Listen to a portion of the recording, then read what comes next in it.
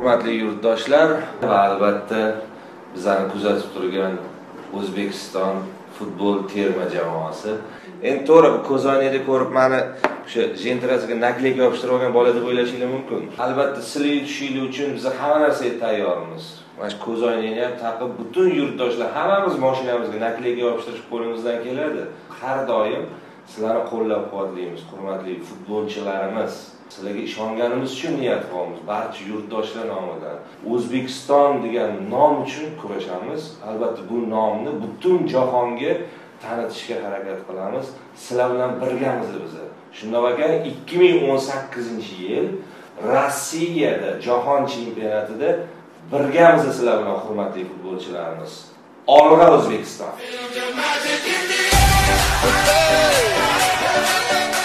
Men barcha yurtdoshlarimizdan iltimos qilardimki, oldimizda bir mas'uliyatli ikkita o'yin turibdi.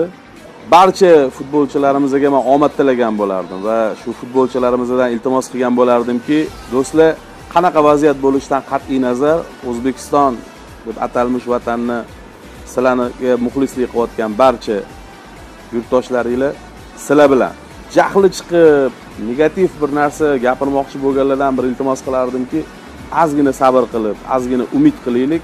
O'zimizning mana shu yigitlarimizni, o'zimizning o'zbek pahlavon o'g'lonlarini ana shu ikkita o'yinda, nafaqat ikkita o'yinda, bundan buyog'iga nima bo'lsa ham, har o'yinda umid qilib, doim qo'llab-quvvatlab yurishimizni iltimos qilgan bo'lardim. O'sha mundialda Rossiyada o'zbeklar kimligini ko'rsatib qo'yishini Xudodan so'rab qolaylik.